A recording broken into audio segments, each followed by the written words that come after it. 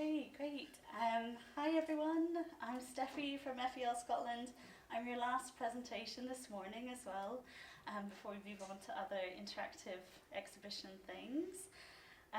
We're really excited to be partnering with Forth Valley Sensory Centre on this project that Jen has so covered in depth this morning. But before I tell you a bit about FEL, I guess I just want to also emphasise that everything that we do at FEL is in partnerships with our local organisations and also all the community groups that we work with. So when I'm taking you through all of these wonderful things, we really can't steal all the credit. It is our partner organisations and community groups that do most of the heavy lifting, if that makes sense. Today I'm going to just present a bit about who FEL are for anyone who doesn't know who we are yet, but then also we've got a short mapping activity.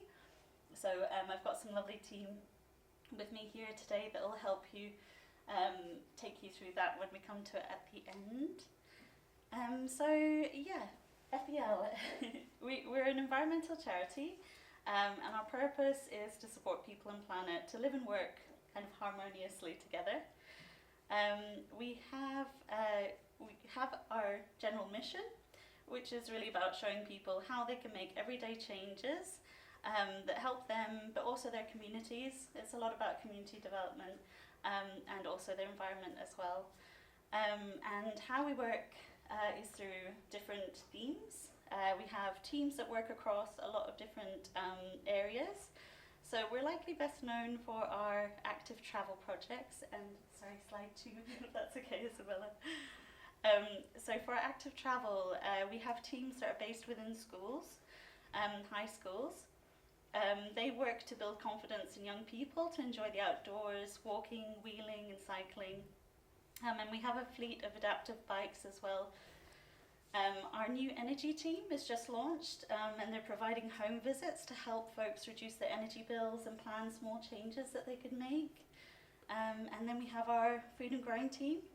They upskill community volunteers and leaders. They give one-to-one support, growing skills training, and they also provide fun, engaging activities around food in the Falkirk area. The photo behind me is from a previous food and growing project. So in the photo, there are 2 students from high schools in Clackmannan using vertical growing towers. So the towers are full of lettuce and herbs, and the students are all dressed in their science outfits, taking the pH levels. So it's part of their science curriculum. So part of their studies. Finally, we're also very proud to host Forth Valley Climate Action Hub, our wee banner here to the right, and our exhibition as well outlines some of the ways in which we help communities through that project. We are one of 24 of these climate action hubs set up across Scotland, so we're very lucky to be the one for Forth Valley. We're not working alone. There is a climate action hub in every area of Scotland as well, so we get to share a lot of learning. And for example, this project could be a fantastic toolkit for other areas of Scotland to increase their accessibility. We work across Clackmannan, Falkirk, Stirling, and also the National Park as well. So it's quite a big area to cover. And the way we do that is we've got project team officers that are geographically based around. So you should be able to find someone who is very close in the area to get that information and knowledge. So please do find out more about us at our exhibition space, where you can enjoy some examples of some of the community groups that we've supported and some of the projects. So also there's just lots of us here today, so probably best just have a chat with us as we go through the day. So next slide. Moving on from our mission, our goal as a charity is to increase, pun intended, as we have a photo of a goal being scored behind me. Our mission as a charity is to increase the awareness, access and action in the ways, and the way that we do that is supporting the ideas from community groups. We'll often act as the tester for those ideas and projects, and then if the project is working well, we also support scaling up of those ideas. So we're really the listening ear on the ground, and we try and make those things come together and be that tester pilot for people. Sorry, I'm trying to take a breath because I keep running out of breath. So in the photo here, as an example of that, we have our campaign called Trees for Goals. This was a campaign that worked with a local football club in Clackmannanshire again, Alloa Saints.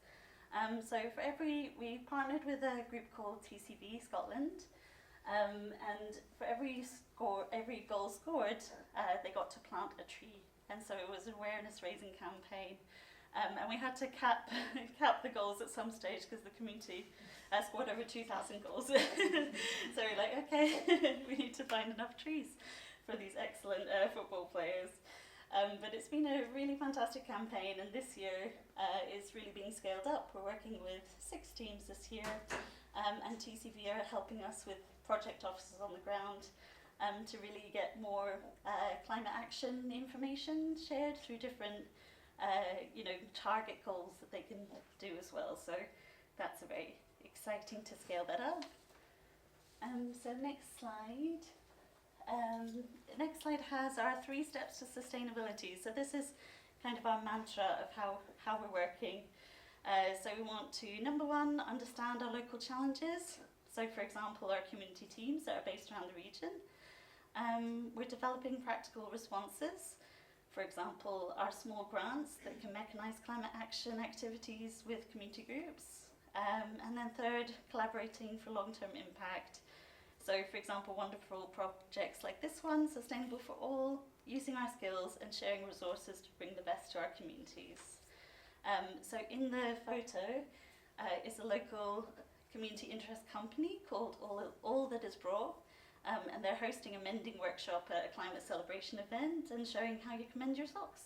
So sometimes we're working with people who are just doing very making small changes and creating small skills that give everyone a sense of empowerment for the climate.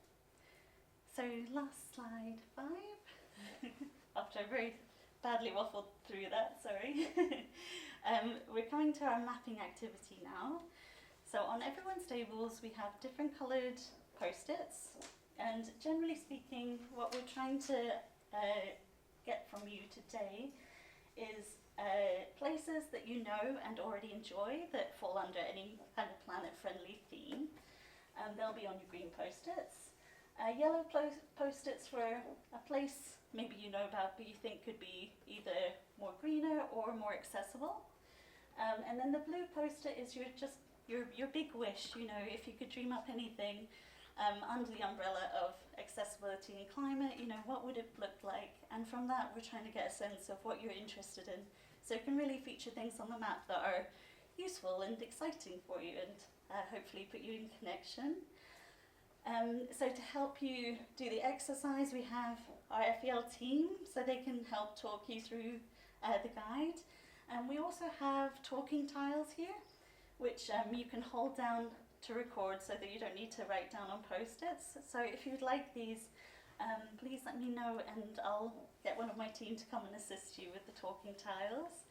So I guess we're maybe going to spend about 10 minutes on this, but then leave you to naturally have discussions. We've got some fantastic activities through in the exhibition space, both from the Sensory Centre, lovely Jean from the gardens is doing a lovely Awaken the Senses exercise. There's some feelie boxes at the back from Melissa. We've got films from our community climate action projects and also some information around our small grants funding as well. But yes, thank you very much everyone for listening, and look forward to getting your map ideas and thoughts. I'll leave the slide up as well so our team can reference which colour goes with which as well. Okay, thank you.